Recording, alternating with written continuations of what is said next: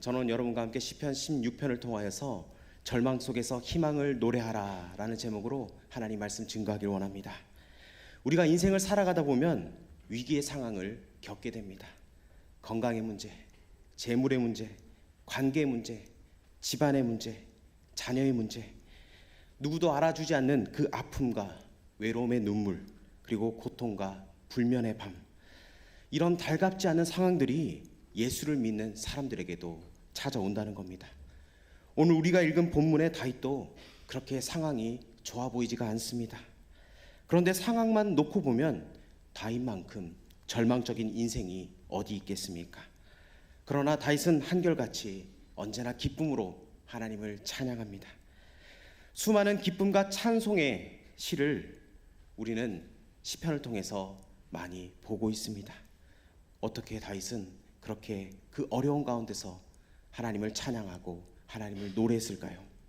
무엇이 그를 절망적인 상황 가운데서도 희망을 노래할 수 있었겠습니까? 다윗은 위기의 순간 속에서도 하나님 앞으로 깊이 나아갔다는 겁니다. 하나님 앞에 잠잠히 나아가서 무릎을 꿇었습니다. 똑같은 위기 상황이었지만 그는 조용히 하나님 앞으로 깊이 나아가 하나님께 간구합니다. 우리 1절 말씀을 읽어봅시다. 시작. 하나님이여 나를 지켜주소서. 내가 주께 피하나이다. 아멘. 다윗의 긴급한 상황이 눈에 보입니다. 그는 하나님께 자신을 지켜달라고, 주님께 몸을 피하겠다고 그렇게 고백을 하고 있습니다. 어떤 상황인지 본문에는 자세히 나와 있지 않습니다. 그러나 우리는 여기서 중요한 것 한 가지를 발견합니다. 어려운 상황이 어떻게, 왜 나에게 닥쳤는지도 중요하지만 그것보다 더 중요한 것은 그런 상황 속에서 나는 누구에게 피하는가, 그것이 중요하다는 겁니다. 다윗은 어려운 상황을 만났을 때 하나님 앞으로 나아가는 그런 사람이었습니다. 사실 다윗 같은 사람이 피난처를 찾는다는 것은 참으로 이해하기가 어렵습니다. 다윗은 어찌 보면 완벽한 사람의 표본 아닙니까? 누구나 본받고 싶어하는 인물 중 하나입니다. 그래서 자녀들의 이름을 지을 때도 다윗아 이렇게 이름을 짓기도 합니다. 그러나 성경은 절대로 다윗을 영웅으로 묘사를 하고 있지 않습니다. 우리와 성정이 같은 사람, 고통과 아픔을 똑같이 느끼며 그때마다 낙심하고 좌절하며 눈물 흘리는 지극히 평범한 인간으로 묘사를 하고 있다는 겁니다. 다윗의 어린 시절을 보게 되면 사무엘이 차기 왕을 찾아서 이새의 집에 방문하였을 때였습니다. 그 집안의 첫째 아들부터 7째 아들까지 봤습니다. 사무엘은 그 한 명씩 한 명씩 기름을 부려 가지만 하나님은 사무엘에게 그자가 아니다, 그자가 아니다. 사무엘이 이새에게 묻습니다. 혹시 이 아들이 전부입니까? 이새가 대답합니다. 아니, 사실은 저에게 막내 아들이 있는데 그는 지금 들에 나가서 양을 치고 있습니다. 다윗은 아버지와 형제들조차에게도 존재감이 없는 사람이었습니다. 어린 시절뿐만이 아니었습니다. 다윗은 이스라엘 왕 사울의 사위가 되었지만 기한변 펴지 못하고 늘 장인의 칼날이 두려워서 피해 다녀야만 했습니다. 급기야는 적국으로 도망쳐서 어떻게든 살아보겠다고 미친 척까지 했던 그런 다윗이었습니다. 그리고 아내 미갈에게도 인정받지 못한 비운의 남편이었던 다윗은 우리가 생각하던 그런 완벽한 인물이 아니었습니다. 그는 상처투성이에 눈물과 좌절이 넘쳤던 그런 사람이었습니다. 이런 다윗이 골리앗을 무찌르고 장수가 되었습니다. 그리고 이스라엘의 왕이 되었습니다. 수많은 사람의 사랑과 존경과 박수를 한 몸에 받았지만 그렇다고 그의 삶이 평탄해지지 않았습니다. 언제나 죽음의 위기 속에 놓여져 있었습니다. 게다가 가지 많은 나무에 바람 잘 날은 없다고 자식 문제로 늘 골몰이를 앓았습니다. 그는 아들 압살롬에게 쫓겨 도망 다니기까지 했습니다. 한 나라의 왕, 수많은 사람의 추앙을 받던 왕도 이런 위기와 풍파를 만나는데 우리는 우리의 인생에 위기가 없는 사람이 어디 있겠습니까? 누구나 우리의 인생에 위기가 있다는 겁니다. 그러나 우리는 다윗에게서 위대한 한 가지를 발견할 수가 있습니다. 그는 이 모든 아픔을 가지고 하나님 앞에 나아갔다는 겁니다. 그때마다 하나님은 다윗에게 보석 같은 은혜를 주셨습니다. 하늘의 문을 여시고 다윗에게 하늘의 평강을 허락해 주셨다는 겁니다. 그뿐만이 아닙니다. 하나님은 그의 마음을 즐거움으로 충만하게 하셨다는 겁니다. 여러분 꼭 기억하십시오. 어떤 상황에 놓여 있든지 내가 지금 누구에게 나아가는가, 내가 누구를 바라보고 있는가, 이것이 중요합니다. 이 땅의 삶을 살아가시면서 여러분 삶의 위기를 어떻게 극복하셨습니까? 하늘의 평강을 누리면서 살아가셨습니까? 위기의 순간 속에서 하나님을 더욱더 바라볼 수 있는 저와 여러분 되길 주의 이름으로 축복합니다. 우리 하나님이 우리의 피난처가 되어주시고 우리를 지켜주십니다. 우리 주님께 더 깊이 나아갈 수 있는 저와 여러분 되길 주의 이름으로 축복합니다. 다윗은 인생의 어려운 순간 속에서도 하나님이 내 삶의 주인이라고 그렇게 고백을 합니다. 우리 2절 말씀을 다시 한번 더 읽어보도록 하겠습니다. 시작. 내가 여호와께 아뢰되 주는 나의 주인, 주밖에는 나의 복이 없다 하였나이다. 아멘. 여기에 나의 주님, 이렇게 나의 주님이 나옵니다. 이 뜻은 히브리어 단어로 아도나이라는 뜻입니다. 이 말은 내 인생의 주인이라는 뜻입니다. 여러분 다윗은 누굽니까? 왕입니다. 당시 왕은 그야말로 신적인 존재입니다. 나라의 모든 것이 자기의 소유라 해도 과언이 아닙니다. 그런데 다윗은 스스로 신이 되지 않았습니다. 그는 하나님과 자기의 위치를 정확하게 아는 사람이었습니다. 하나님이 자기 인생의 주인이심을 분명히 알고 있었습니다. 그리고 다윗은 이렇게 고백합니다. 주님은 나의 복이십니다. 사람들은 복이라고 하면 대부분 외적인 것을 떠오르기 마련입니다. 왕에게도 물론 외적인 것들이 필요합니다. 군사력도 필요하고 재물도 필요하고 나라가 안정화를 시키려면 그 안정화된 힘도 필요합니다. 그러나 다윗은 그런 복을 말한 것이 아닙니다. 다윗이 말하는 복은 바로 하나님과의 영적인 교제, 즉 하나님과 친밀한 교제를 말하고 있습니다. 다윗이 때로는 주님의 마음을 참 아프게 하고 무너질 때도 있었습니다. 이런 다윗을 그러나 주님은 지극히 사랑스럽게 바라보셨습니다. 그리고 다윗을 내 마음에 맞는 사람이라 그렇게 말씀하셨습니다. 부족한 것이 투성이라도 하나님을 찾고 하나님을 사랑하고 주님만이 전부라고 고백하는 그 다윗을 바라보면서 우리 하나님은 감격하신 겁니다. 완벽해서 우리가 하나님 앞에 나아가는 것이 아니라 부족함에도 한이 없는 사랑으로 우리를 맞아주시는 하나님을 기억하며 나아갈 수 있는 저와 여러분 되길 원합니다.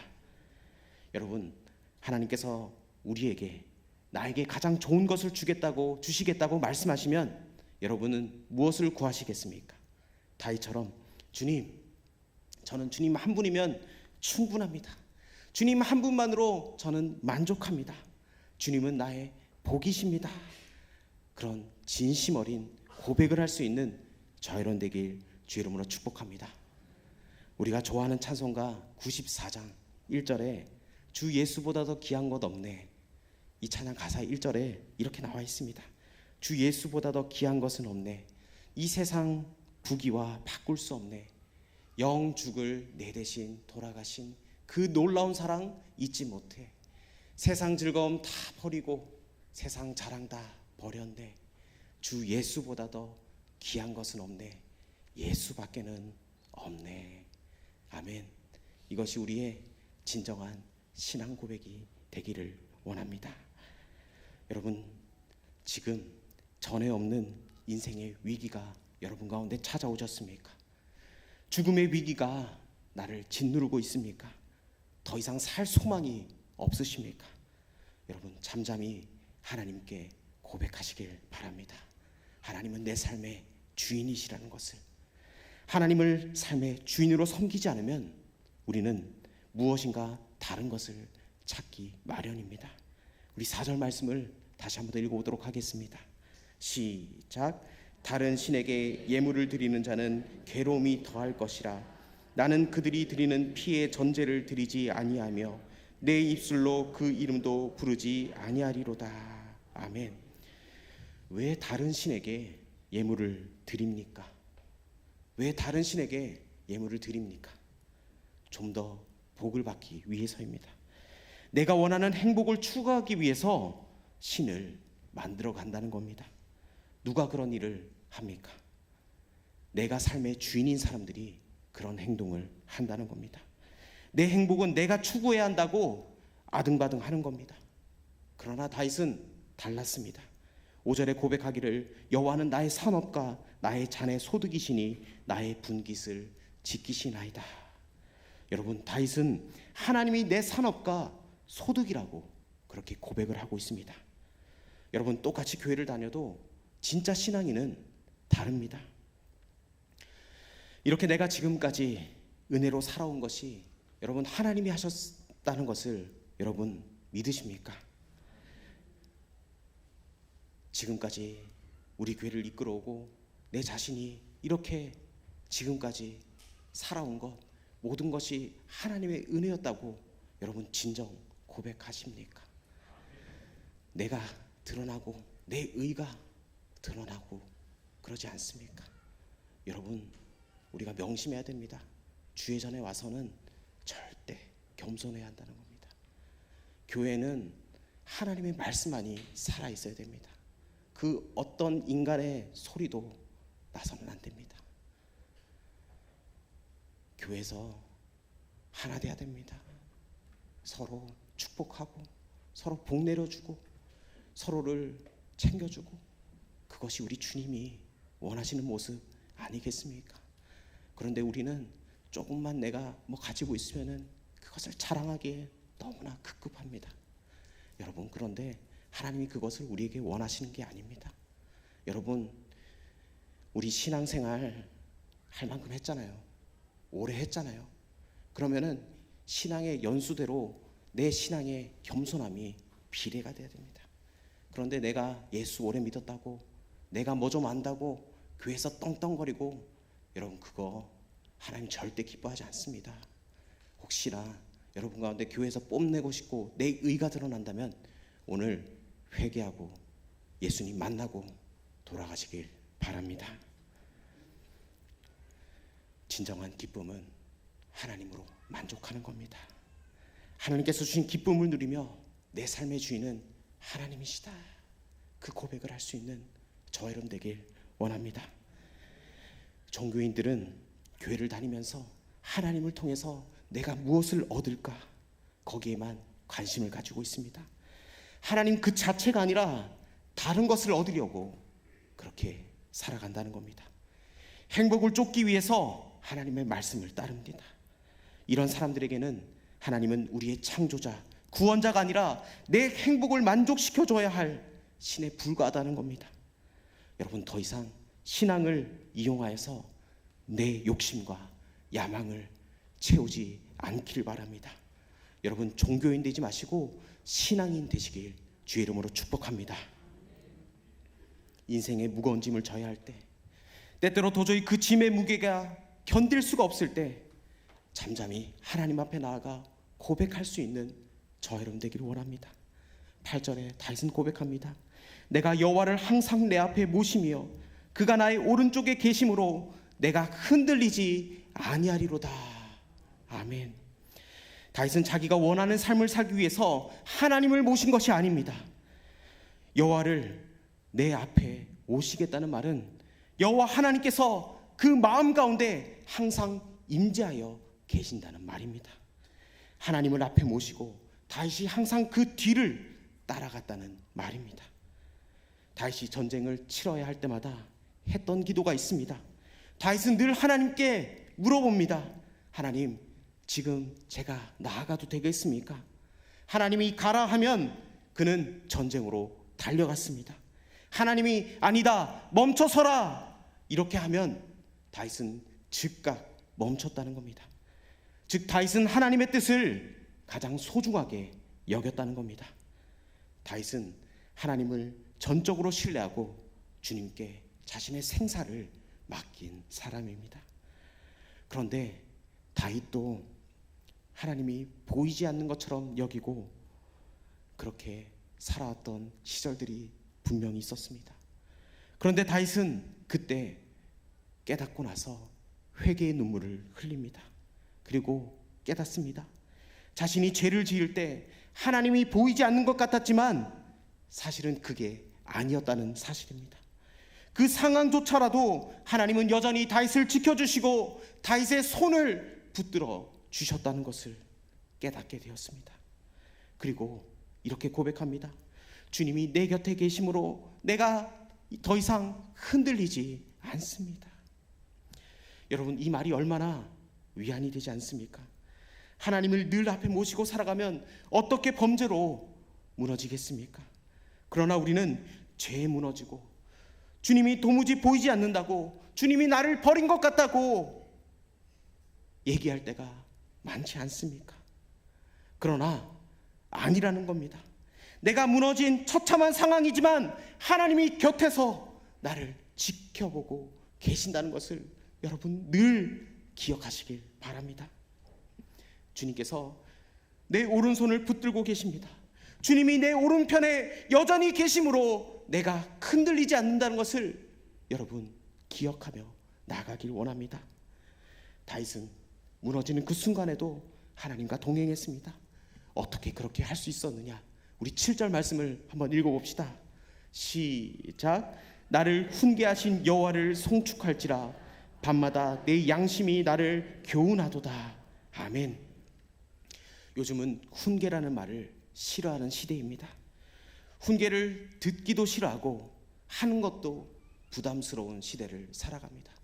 여러분, 매스컴을 보면 고등학생이 담배를 핀다고 어른이 뭐라고 하면은 고등학생들이 머리에 피도 안 마른 것들이 어른들한테 쌍욕을 하고 그렇게 대드는 것을 여러분 우리는 매스컴을 통해서 봅니다. 여러분 그런 거 보면서 우리 기도해야 됩니다. 하나님, 우리 나라를 지켜주십시오. 우리 청소년들이 예수님 만나서 어른들께 순종하고 예의를 지킬 수 있는 그런 우리 청소년들 되게 해달라고 여러분 꼭 기도해 주시기 바랍니다. 그런데 다윗이 누굽니까?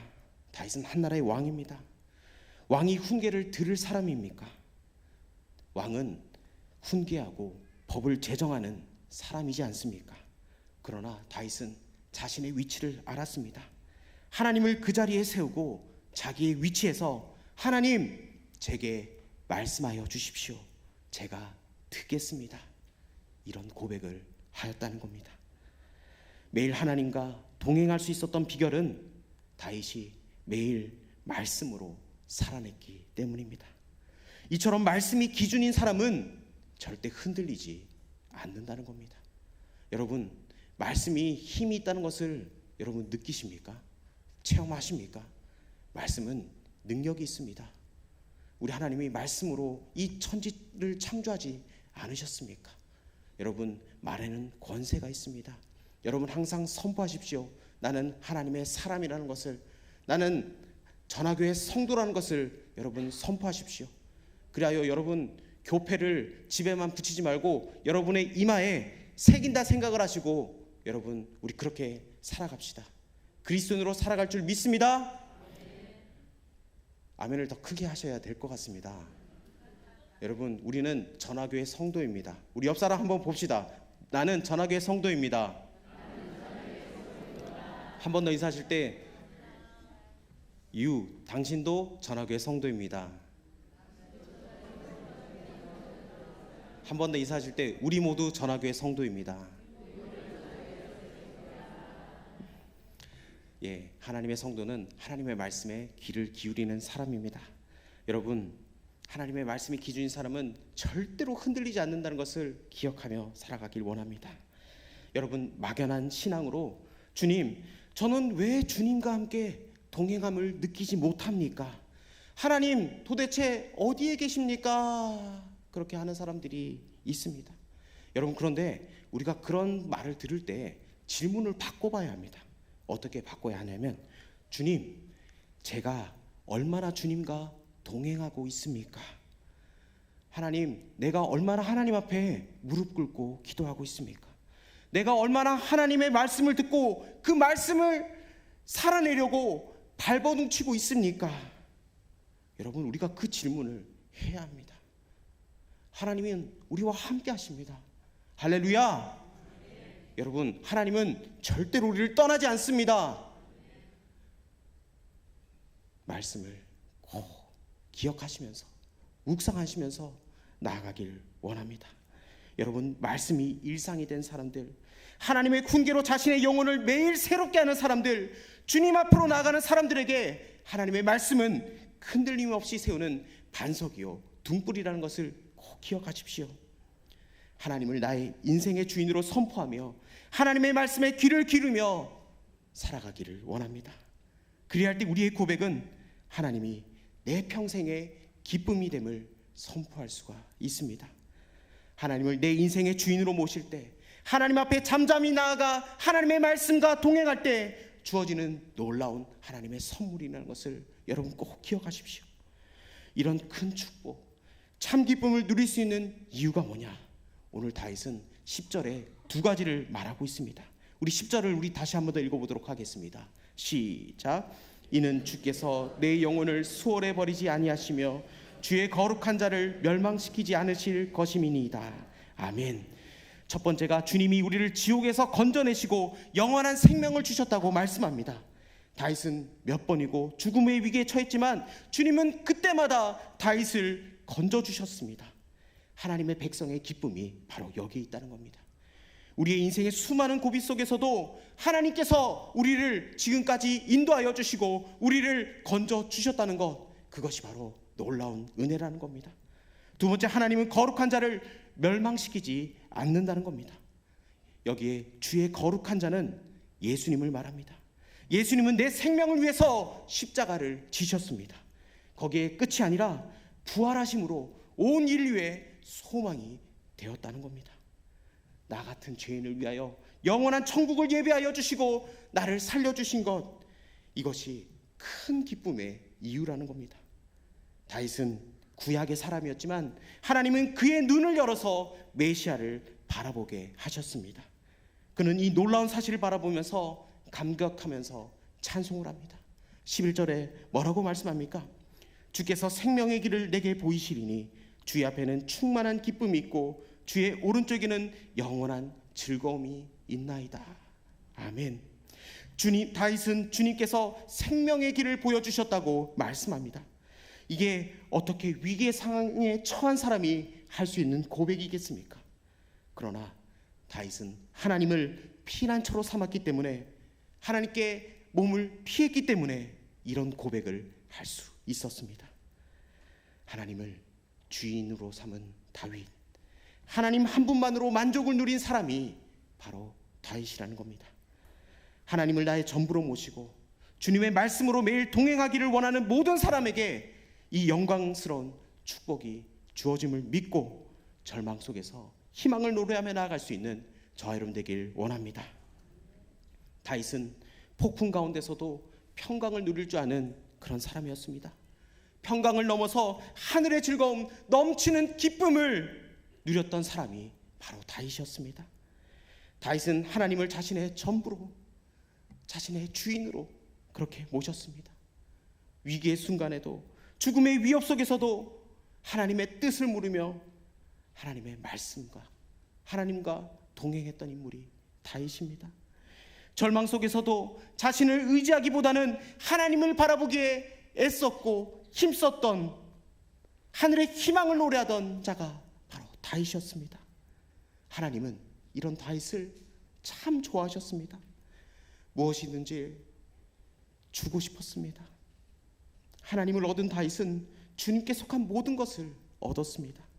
하나님은 다윗에게 생명의 길을 보여주셨고 충만한 기쁨, 영원한 하늘의 즐거움을 누리도록 복을 허락해 주셨습니다. 여러분, 다윗뿐이겠습니까? 하나님은 오늘도 하나님을 주인으로 모시는 사람들을 절대로 가만히 두지 않습니다. 매일의 삶 속에서 아픔과 고통, 때로는 불면의 밤과 회개의 눈물로 적시는 그 절망의 아픔 속에서도 하나님, 제가 주님께 피합니다. 제가 주님께 엎드립니다. 주님은 저의 전부이십니다. 이런 고백을 하는 주의 백성들에게 하나님께서는 하늘의 문을 여시고 하나님께서 우리에게 가장 좋은 것을 허락해 주신다는 것을 여러분 기억하십시오. 여러분, 우리가 사람 많이 찾아봤지 않습니까?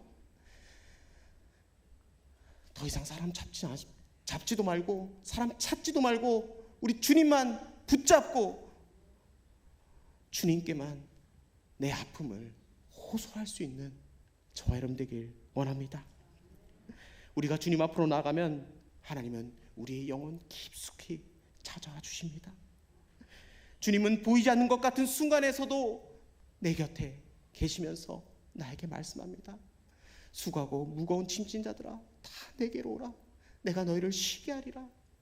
여러분, 주님의 그 음성을 들으며 나아가길 원합니다. 여러분, 우리 인생의 순간순간마다 풍랑 같은 인생이 어떤 상황이 펼쳐질지라도 여러분 잠잠히 하나님을 바라보며 영원한 기쁨을 누리며 살아갈 수 있는 저와 여러분 되길 주의 이름으로 축복합니다. 기도하겠습니다.